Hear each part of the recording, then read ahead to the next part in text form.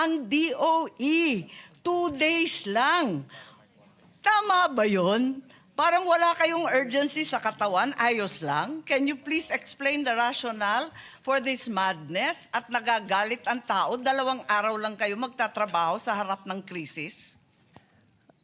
Mr. Chair, work from home doesn't mean that we don't work, ma'am.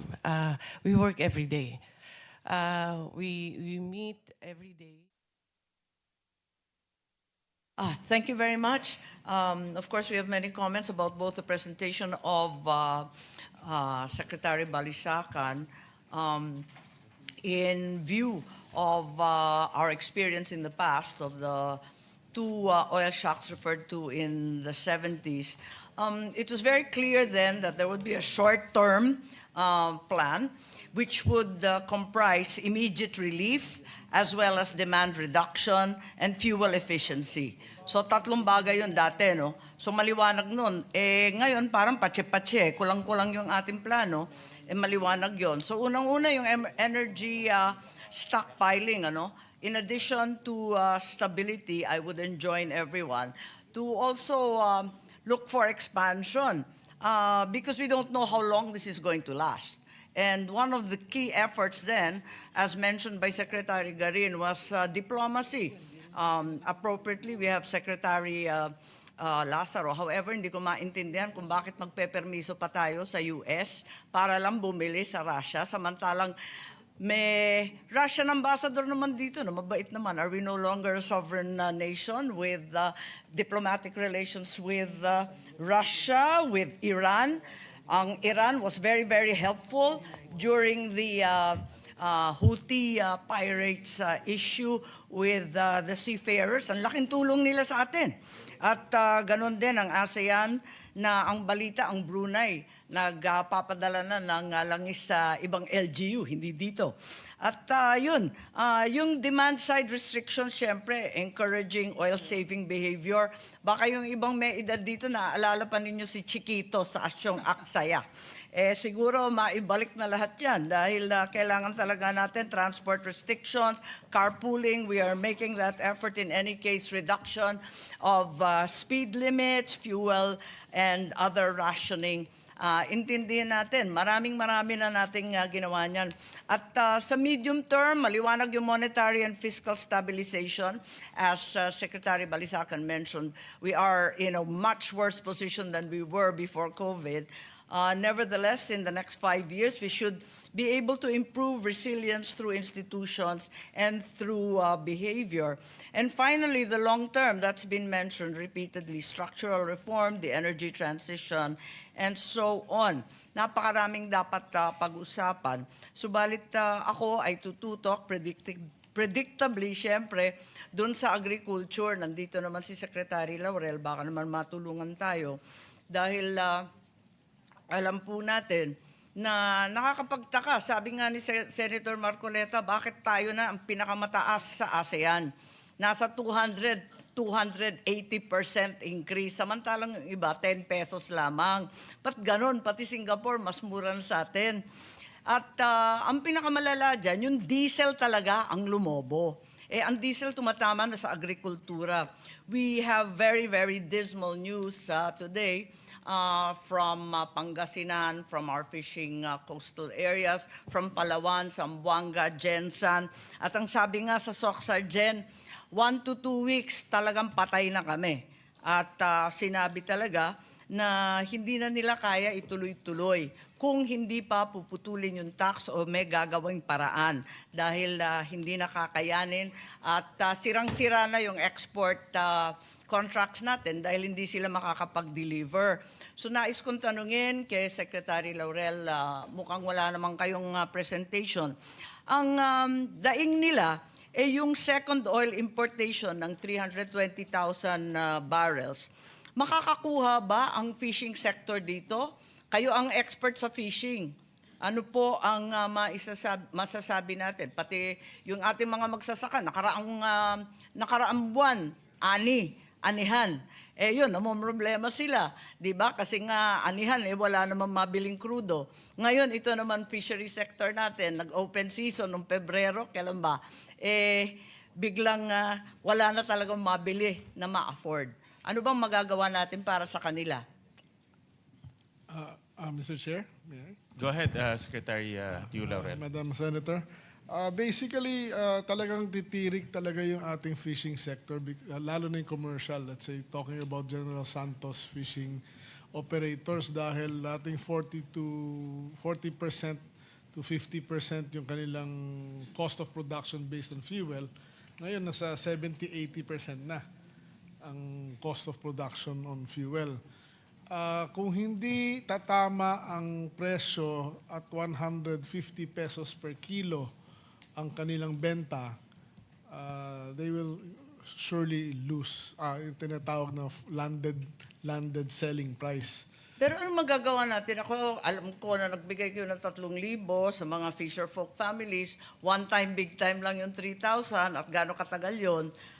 Paano kaya? At pati yung mga listahan, pinagdududahan doon sa municipal fisheries, yung BFAR list na napaka-outdated raw. Ano bang masasabi natin sa kanila? Dahil hindi pa nag-uumpisa yung krisis ng Iran, talagang alam natin, sila na, ang coastal sector, ang pinakamahirap sa buong bansa. 2.5 times the rate of poverty elsewhere. Mr. Chair, well, ang iniisip namin, basta kung mapopondohan lang, ay, let's say, sa commercial fishers and coastal, coastal fishing boat, kahit yung municipal na malalaki, for every kilo na binaba nila sa fishport ng gobyerno, bibigyan sila ng 10 pesos. But of course, that has to be funded. So that will help. Maari bang mangyari na yung ini-import ng DOE, yung nababalitaan natin na 20 billion na inalat na ni Secretary Garin, i-avail ng mga fisher folk at saka ng mga magsasaka din directly instead of through Petron and others? Pwede bang ganun? Na diretso na yung gobyerno na ang mag-aalat? I think Para may tulong din kahit papano Madam Chair, Mr. Chair, ang kasama yun sa aming pinaplano dun sa uplift nga, no? Isang napag-uusapan namin dun is magbigay ng voucher per liter, like 10 peso per liter na voucher to the transport ng agri, no? Tapos sa fisher folk, then maybe sa mga fishing boats for their purchases ng fuel. The other idea is yung sa fisher folks nga is landed cost, no? Yung landed cost, yung landed price nila Landed price minus 10 pesos. minus 10 pesos. Yun nga ang problema, ang dami yung pinag-aaralan. Sabi nila, hihikahos na raw sila sa loob ng 1 linggo. Wala nang magpapalaot. Pwede bang bilisan konti? Baka next week may decision na ho yun. But we needed the inputs of our economic managers and DOF on the matter. Kasasabi lang po ni, ang balita kasasabi lang ni Secretary Recto na ayaw daw niya magbawas ng VAT kahit from 12% to 10% lamang. Ang lupit naman. That's a different matter, ma'am. Parang, isa pa yung bigas, habang nandito tayo sa agrikultura, ang balita sa palengke, wala nang regular or well-milled. So, ang mapipilitan ka bumili ng 60 pesos talaga. Totoo ba yun? Bakit wala nang regular and well-milled? Nag-aga-aga naman kinapos, katatapos lang ng ani. Well, nandun pa sa ating, Mr. Chair, nandun pa sa ating rules na kailangan meron nakalagay yun, yung percent brokenness and everything. But mukhang hindi nga sinusunod at umiikot nga kami ngayon para sitahin nga sila. Doon naman sa presyo ng imported rice, meron na kaming iaakyat, no, sa ating Pangulo from NPCC na rekomendasyon niya na bigyan ng price cap yung imported rice na 50 pesos per kilo, and hopefully before the end of the month ma-implement namin yun. Hindi ba pwede magkaroon ng SRP din? Parati namin sinisita yung DTI at yung SRP, hindi naman nasusunod. Mas malala naman sa DA. Halimbawa sa baboy, yung 170 naging 350 na sa retail. Ang laki ng Linobo, 170 pesos, yung live, Ngayon, 230 na, yung live. Wala bang SRP dyan, tulad ng sinasabi ng ibang senador? Bakit naman lumulobo dito sobra-sobra sa ibang bansa, hindi naman ganito? At saka bakit yung DA, wala namang control dyan? Mr. Chair, basically, yun ang pinakamalaking problema namin sa DA. We can only impose or catch or ano kung under the Price Act. Kung SRP or MSRP, technically, we have no power even to nasitahin sila. Kaya yun din isang request ko na baka pwedeng may legislation tayo na especially in emergency, na the DA can do price controls on certain agri-goods. Pero in the meantime po, ang tindi ng inyong registry and supervision over retailers, market vendors, markets, may magagawa naman siguro kayo. Hindi naman pwedeng sabihin may kulang sa batas, tapos na. Sa ngayon, Mr. Chair, wala kaming magagawa dahil wala pa yung bagong Rice Act that will actually empower us to have all the... Maski yung uplift, may emergency powers, hindi pwedeng sitahin yung mga nag-overprice ng labis-labis sa palengke. Under the law, mukhang sa analysis namin, wala kami. Wala din kami enforcement. Ako, hindi ako naniniwala. Baka yan ang paniwala sa DA, pero naniniwala ko, may uplift na, may emergency na, pwede na tayong pakialaman. Hindi naman tama yon. Pero sige po. Sige, ma'am. I will tignan do po more natin research. yung uplift po. Napaka-late. Nung February 28, ano na ba date ngayon? April 13, andito pa rin tayo, pinag-aaralan pa rin lahat. Mabubulag po tayo sa kakaaral. Salamat po. May I call on Hans Kakdak, please, the Secretary for Migration. Yes po, ma'am. Yes. Ang balita, marami na rin nakauwi. Narinig namin na nagkaroon ng flight from the Emirates and another flight from Dubai. Tama po ba? Yes po, ma'am. We had an 8 charter and one arriving this afternoon. Yes So, po, ma'am. Yes, there were a 9 Bali, charter ikatlo. flight. darating. We have had 9 charters and of course, pero din hong commercial flights, sinasabayan ng commercial flights yung charter, so around 5,400 po. Okay, can we please be provided with the breakdown of those flights and the numbers Yes po, ma'am. Yes that po, ma'am. were involved? Marami po kasi nagre-reklamo, sang katutak yung reklamo ng ating mga OFW na pineperahan daw ng gobyernong ito ang kanilang mga tiket kung paano daw nangyari na 190 pesos kada repatriation from the Middle East to the Philippines. Samantalang tumutulong yung Emirates government, pati yung Dubai, lahat tumutulong. Bakit times 3 daw yung pera? 65.36 million ang gagastusin. Hindi pa tapos ang issue sa Public Works Flood Control. Eto na naman kayo, wag naman sana pati kami gamitin. Ang dai-dai pong email, ang dami-dami ring reklamo. Pakipaliwanag bakit lumobo ng labis-labis, parating sinasabi yung fuel cost. Hindi naman nag-times 3 ang airline ticket at yung insurance hindi rin nag-times 3. Bakit sa DMW nag-times 3? Ma'am, yung pong charter ticket per person runs up to a range of 96,000 to 127,000 per person. We charter a plane out of a Dubai charter company. Again, we have had the 8th one, the 9th coming in today.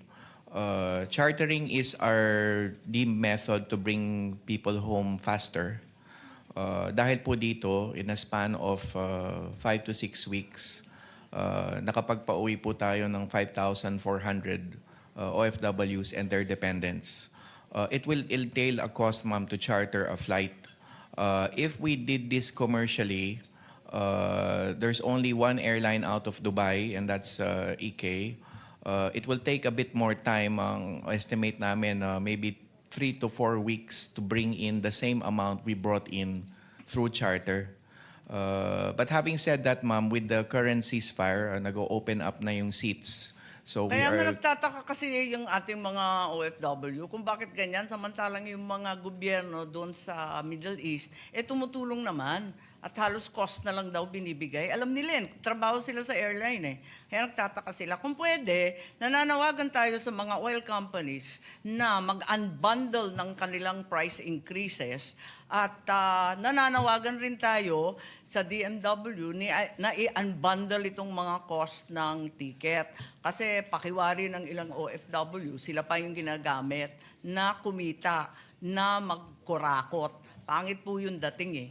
Hindi po ma'am, rest assured, there has been proper procurement of these chartered flights under the emergency procurement provisions of the Act of the Government Procurement Law, and there has been arm's length negotiation with the Dubai Charter Company, as mentioned. It is a reputable charter company, as clearly shown with the safe return of more or less.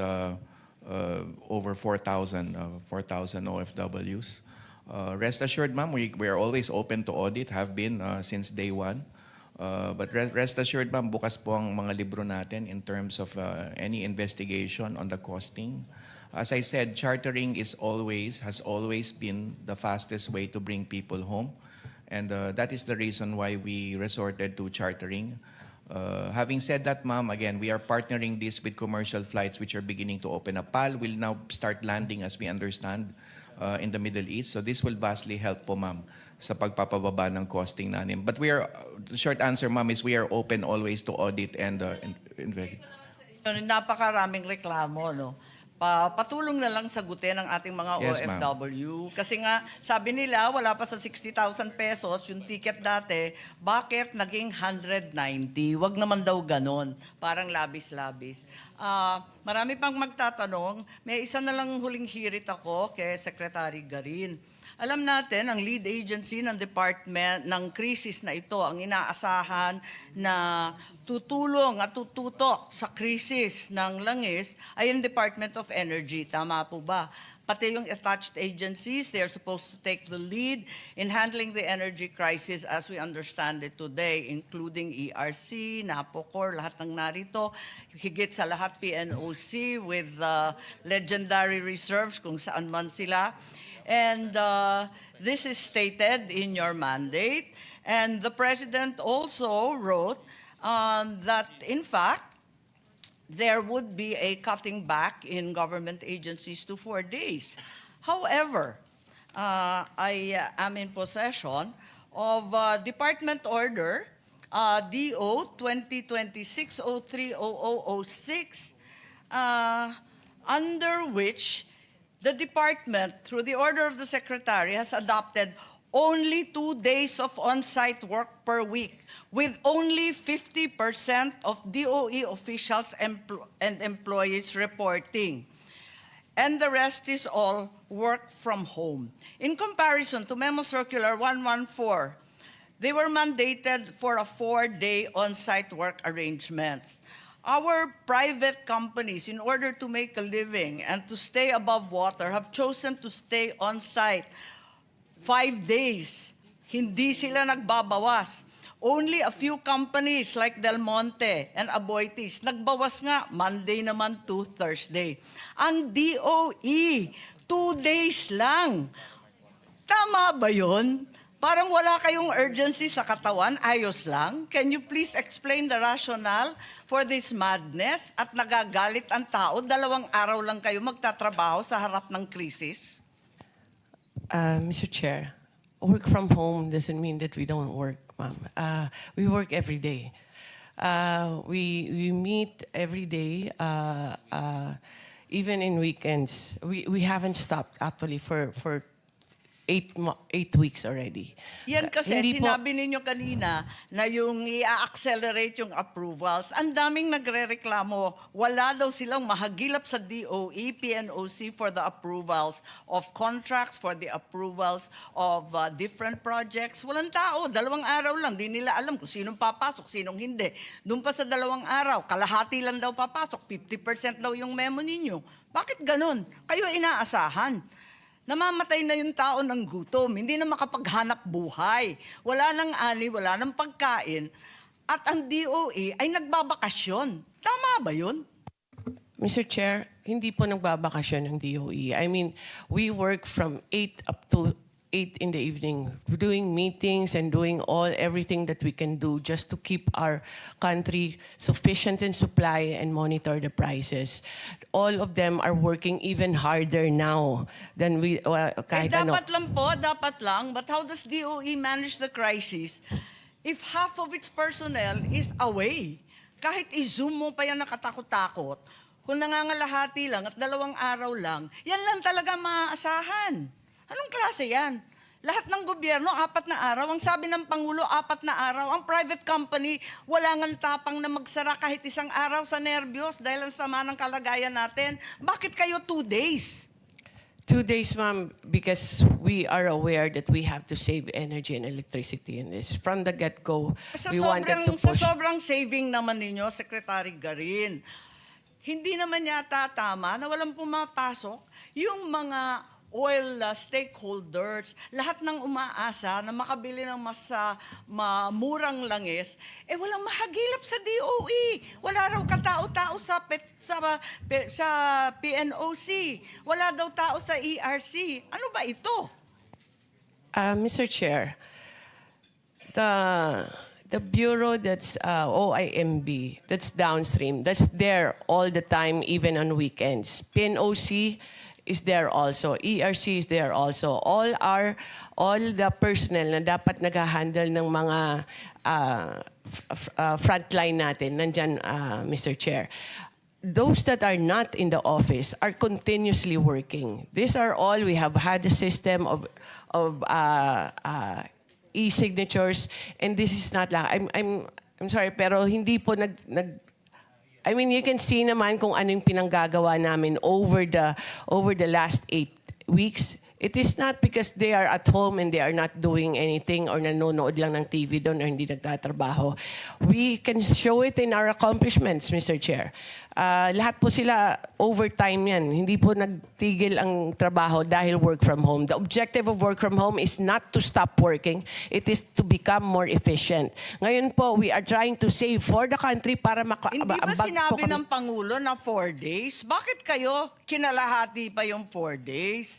Hirap na hirap. Yung mga pumupunta sa DOE, magpapapirma sa PNOC, walang tao. Andito Section 3 mo Eto the DOE shall implement a hybrid work arrangement whereby officials and employees shall render 2 days on-site work per week. Ibig sabihin, wala sila doon.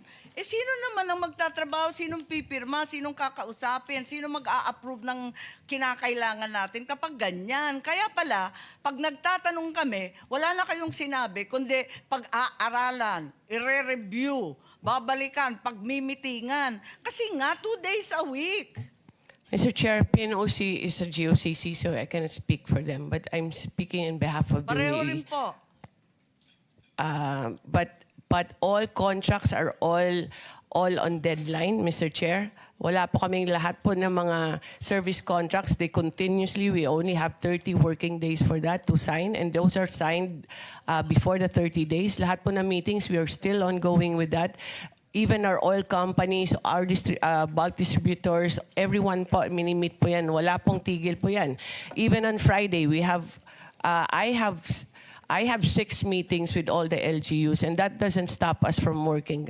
Just the fact that baka sa iba po pag work from home di sa magtatrabaho, pero eto po yung DOE nagtatrabaho. I don't know what the arrangement is with PNOC. Secretary naman, paano pipirma ng mga permitting na sinasabi nyo na accelerated hybridization? Paano pipirma ng iba't ibang mga renewable projects? Walang tao dun sa opisina. We're automated, Mr. Chair. Pambihira. Hindi naman online yung approval It's online, Mr. Chair, because of the EVOS. Hindi po. Marami po nagre-reklamo. In any case, I think that this memo that the lead agency will work as a mere 2 days a week in the face of this crisis is reprehensible and incomprehensible. Talaga naman habang ang taong bayan ay hirap na hirap, ang ating mga mangingisda ay naghihikahos, ang presyo ng pagkain at ang langis ay hindi ubos maisip, abay walang pakialaman DOE at sila ay nagbabakasyon 2 araw sa 1 linggo ang pasukan. Yun lang ang masasabi ko. Maraming salamat po. Mr. Chair, hindi po kami nagbabakasyon, Mr. Chair. We work very, very hard. I mean, all our USECs have individual assignments. Sa power, naayos po yung power. On the supply side po, non-stop po yan, paghanap ng supplier. On enforcement, our offices, even though wala kaming tao, pinupuntahan po lahat po ng mga reklamo. It's not stopping the work, Mr. Chair. Our efficiency is even higher now because we are, despite the fact that we are work from home. Hindi po na titigilan yan. If there are applications for service contracts for renewable energy, that goes through EVOS. And all of that is on time. Those are applications, we comply with it, with the legal requirement that it has to be finished in 30 calendar days. Wala pong deemed approved yan kasi bawal po yan sa DOE. So we are doing everything on time. And if there are applications, our frontliners are there. Naka-assign yan na dapat kung may nag-apply po ng gusto nilang bagong gas stations, the office of Director Rino is there and they're actually practically there 7 days a week because of all these problems, Mr. Chair. Secretary, I have no desire to argue with you, but the facts are evident. There's only a 2-day week as far as DOE is concerned at saksakan ang dami ng reklamo mula sa iba't ibang sektor, higit sa lahat ang sektor ng langis. Yun lang. Kaya siguro, kung maaari, balikan kaya natin itong memo ng ating Pangulo na 4-day on-site. At least man lang yung DOE. Bigyan ng konting diin itong krisis na hinaharap ng ating bansa. May I suggest to the good secretary? I know that dahil sa EVOS law, lahat electronic. No? We push for that law na lahat electronic time-bound in approval. But I think because of the magnitude of the problem right now on oil supply, nakufocus lahat sa DOE. So may I suggest just to revisit that policy of 2-day work week. On the other side is also optics. No? Lahat nakatingin sa DOE. Pero kung 3 beses sa 1 linggo, hindi nakikita, no? There's also the optics problem rin in that sense. No? So may I just suggest to revisit that? Tingnan kung talagang effective and efficient ang nagiging output. Mr. Chair, yes, we will revisit, Mr. Chair. And also, we are also pushing for energy efficiency for everyone. Kasi this problem can go on for 6 months to 1 year. And it seems like even this week's news, it's going to get worse because of the pronouncements of President Trump. So we are pushing for efficiency in electricity as well as in fuel. Kasi kailangan talaga everybody has to practice this behavior. And as mentioned by the good chairman, we will revisit the advisory, Mr. Chair. Thank you. Thank you. Before I... May I, Mr. Chairman, just a very short interjection. Me being the author and sponsor of work from home law, Mr. Chairman, and we fought for this measure for quite some time, and I understand where the secretary is coming from. She wanted to do everything and become the model department for the government. Pero just like what the chairman has mentioned a while ago, and I would also appeal, Mr. Chair, for the secretary to consider this more on optics, Mr. Chairman, kasi talagang yung taong bayan tinitingnan ng DOE as a very important department, and if it is in the headlines and everywhere na twice a week lang sila pumapasok, hindi ho talaga mahirap i-defend, no? Despite the fact na I would think, Mr. Chairman, that the secretary is doing her best to ensure that they are doing their jobs and that they are complying with all their targets, etc. Pero hindi talaga maganda yung 2 beses sa 1 linggo pumapasok yung sa pandinig yung mga kawani ng pamahalaan dun sa Department of Energy. So salamat, Secretary. Salamat din, Mr. Chair.